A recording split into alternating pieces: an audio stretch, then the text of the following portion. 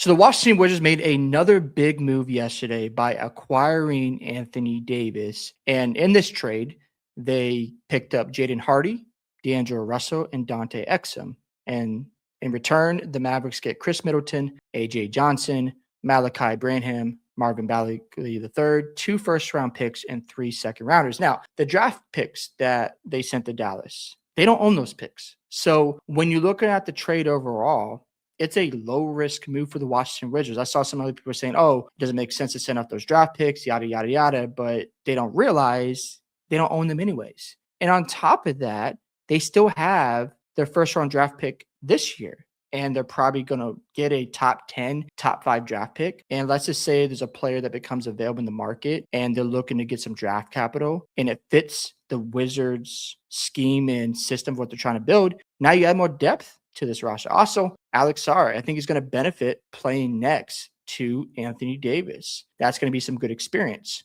Kayshawn George playing alongside Trae Young. I understand that Trae Young has not been really good shooting from the field at times and shooting well from 3. But this is a big year coming up from Trae Young because he's out to prove, hey, I'm still an elite point guard. Hey, I made an Eastern Conference Finals. You forgot about that? Yes, I've had my struggles in Atlanta, but I'm an excellent playmaker. So imagine when he's throwing alley-oops to Alex Sarr. And yes, I understand the concerns about Anthony Davis staying healthy. Totally understand that. But you didn't give up really anything for Anthony Davis. And I just think practicing with Alex Sarr, getting that experience will go a long way. So let's just play worst case scenario. Let's say it doesn't work out with Trae Young. Looking at his current contract, he has a player option next year. He can opt out and either re-sign with Washington on another deal, or he can walk because the Wizards don't feel like he's a good fit. Or let's just say he, keeps his player option because he's probably going to want that money. Then he becomes an unrestricted free agent in 2 years. And if it doesn't work out, okay, it is what it is. But you still have an Alex Sarr, you have Kayshawn George and Trae Johnson. That's your core pieces.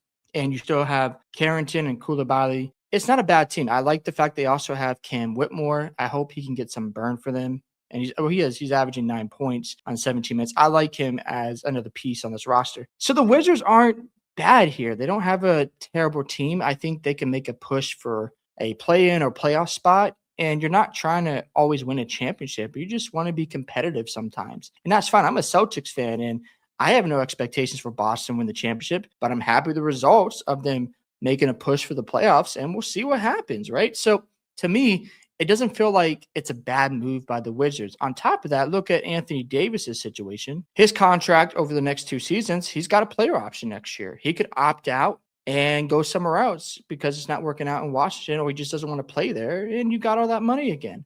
Or again, he's an unrestricted free agent. So to me, this is a low-risk move for the Washington Wizards. You have a Trae Young coming in who is going to be motivated to play basketball. There's no doubt about it because he's got something to prove. And if he shines in Washington and they can re-sign him, you've got your point guard figured out. And you just, surround him with good defenders. Alex Sarr and Anthony Davis, if they play enough games together, my goodness, that front court is going to be scary, especially on defense. So I'm intrigued by the move. I don't think it's bad at all what Washington did here. People can laugh and say, oh, ha, ha, ha, they're going to have injuries. They're not going to be able to stay on the court. Washington did not give up a lot here. So I'm puzzled by the fact I see people saying, oh, they gave up all these draft picks. I fell for it at first, but when I looked at the actual trade, they don't own these picks. It's not going to stunt the growth of Trae Johnson, of George, and Sarr. I think it's going to benefit them because you have vets showing them the ropes. You have Anthony Davis who won an NBA Finals. You have Trae Young who has been to an Eastern Conference Finals. That could bode well. Will they stay long term? We shall see. But I think it's going to help the young guys develop, learn winning ways, build a good culture in Washington. All in all, I like the move for the Wizards, and I'm excited to see the Wizards play basketball next year because now you've got some really good pieces here. And if Anthony Davis plays 40, 50 games, okay, whatever. And if he doesn't like it there, all right, he can opt out of his contract next year. So for me, I don't think it's a bad move for the Wizards. I think they'll be just fine. On top of that, they have a lot of guards here. We didn't talk about Jaden Hardy, D'Angelo Russell, and Dante Exum. Those are solid rotational pieces, not bust by any means. So if there's a team out there that needs those guys or want them, you can flip them, right? So I'm not overreacting to this move. I'm not saying, oh, this is a bad trade by the Wizards. I think it's a good pickup. It's low risk. And if it ends up working out, the Wizards are going to look like a bunch of geniuses. But remember, they've got their draft pick coming up. So they're probably going to keep it, get another impact player. Now you have Kaishan George, Alex Sarr. You've got Trey Johnson.